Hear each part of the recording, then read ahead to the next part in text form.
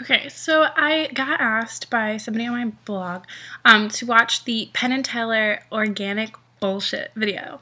And I sat there and I live, wrote bullet points for everything and my computer froze. So it was like 50 bullet points too. So basically what these guys do is they go and they kind of find the bullshit in things. So they chose organic food. I eat organic when and as often as I can. There are certain things that I do accept and understand that will never be organic. I'm not going to stop eating out with my friends because they don't have organic options. I accept it and I pick and choose where I need. I don't always eat organic fruits just because the grocery store near me doesn't usually carry the fruits I would want to eat. So there's stuff like that.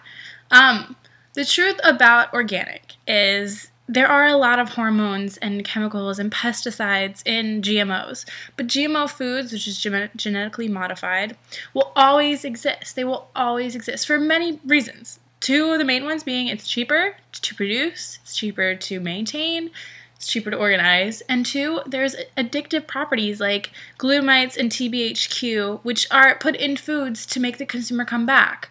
They will just always be around. There's no stopping it.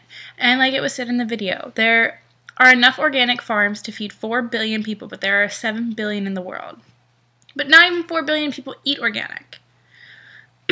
Another thing, they talked about puberty and why girls are aging or growing quicker. And some guy was like, it's because they're fat. Literally. And yes, that could be it, I guess. But it's the foods that the mother is feeding the child while she's in darkness, while she's in her maternal stages and when the kid is born. It's what you're feeding your child. Duh. If you feed your child healthy food, they probably won't be obese. As a human, we were brought up in our mind. It's just how our predisposition is to feast, to prepare for famine, like we used to do in paleo times. But we have so much feast and we have no famine. So we're getting fatter and fatter to store the food as our body is programmed to do, but we're not losing it. We're not hibernating like a bear. We're just living and eating and eating and eating and eating. So you see where this is coming from. That's why our bodies are so we're so good at storing food. We're so good at gaining weight, but it's so hard to lose it because you're still eating. And I'm not suggesting ever doing this, but hypothetically speaking for a paleo term, if you were to eat and eat and eat and then just stop eating for the 3 months of hibernation, there you go. But don't ever do that. It also talked about, there was this test they kept doing where they would give people non-organic and organic fruits or vegetables and like compare the two to see what was tasting better. And every time they picked the non-organic foods, duh, they taste so much better. I won't even lie to you. Your McDonald's tastes great. I would eat it if I wanted to, but I don't. That's the thing. Of course genetically modified foods taste better because they want you to eat more. Duh. And I won't even lie, a lot of my friends say I'm eating dirt when they taste what I eat, but I accept it for my own nutrients. You wouldn't put water in a car because it wouldn't run, just like you obviously never should, but you should never put gas in your body because you would die, one, but two, your body's not meant to digest that.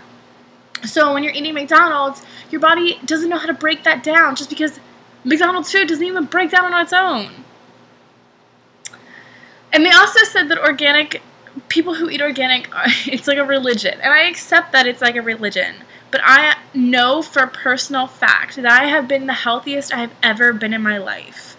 And I am in shape when I work out. I feel great in general. I'm not sick as often. I've been sick once in the past 2 years. That's amazing to me because I used to get sick every year. I have lost 60 pounds because I cut out all those bad foods. I wasn't drinking soda. I wasn't eating fast food. And I do admit, and let me disclaim, I had Krispy Kreme donuts last night. I accept that I'm going to fall. I accept that there is temptation out there, but there is temptation for everything. I accept. There was also a couple in this video that they called the organic sins, which made me so mad. They were so annoying. They lived in a teepee, but they had a kitchen. Like, they had a house and then a teepee. Like, okay. But they were like, I only eat organic, we only wear organic, we only do organic.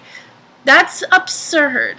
And you are the reason, like, they are the reason that people hate people like me. Because I'll sit there and be like, oh, I eat organic. And they're like, oh, so you're snobby. No, go eat your Taco Bell. Go eat your McDonald's. I don't care. But it was funny because the girl was like, I think organic has more nutrients because it's closer to nature. Okay, organic has just the amount of nutrients that non-organic or GMO foods do have. It is fact. But the one thing organic foods do have that non-organic foods, or wait, backwards. The one thing organic foods don't have that GMOs do have is pesticides and hormones. Pesticides and hormones dilute and are saturated.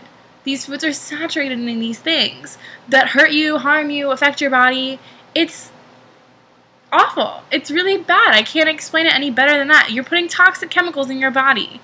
And the guy did say in the video that even organic foods do have pesticides, and they are a lot safer just in general, pesticides are, but organic foods don't have the things that GMOs do because you're putting hormones in chickens, you're putting hormones even in vegetables and fruits to preserve them so they live longer, so they're fuller, they're bigger, because we live in a fat nation. No offense, but we do.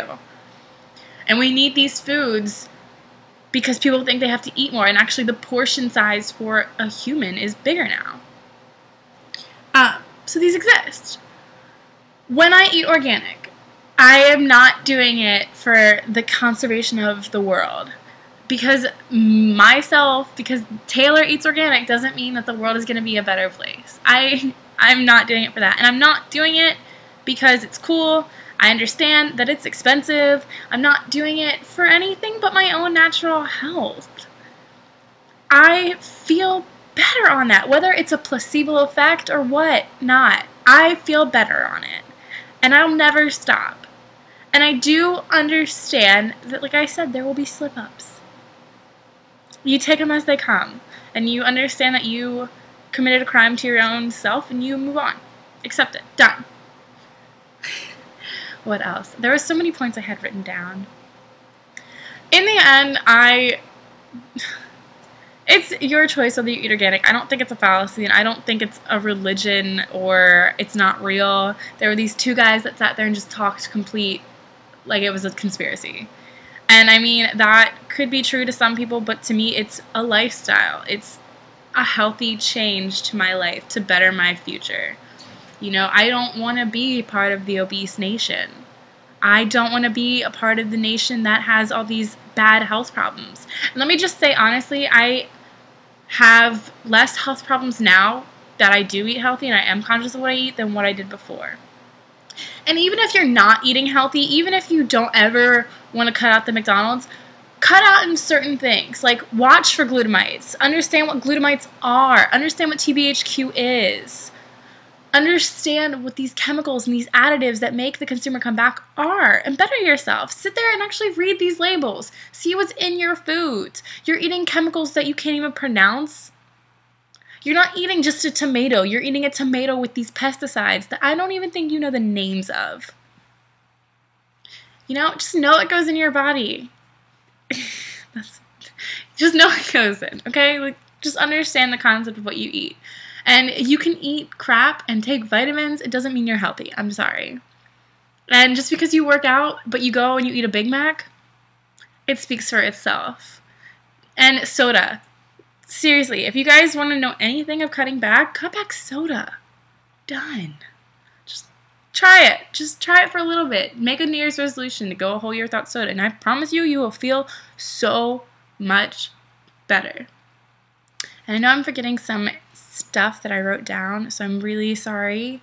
But I hope this gives a better understanding of organic and organic life.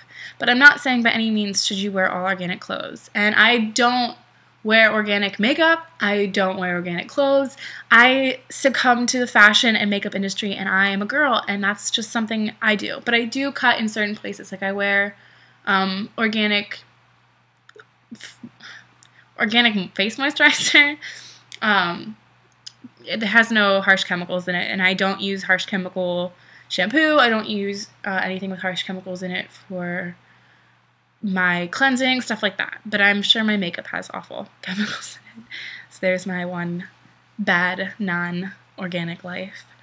But again, you can look at any good vegan or organic specialist, whatever they are, whatever they want to call themselves, like those people in the video, and I'm sure there's one thing in their life that they do that isn't organic.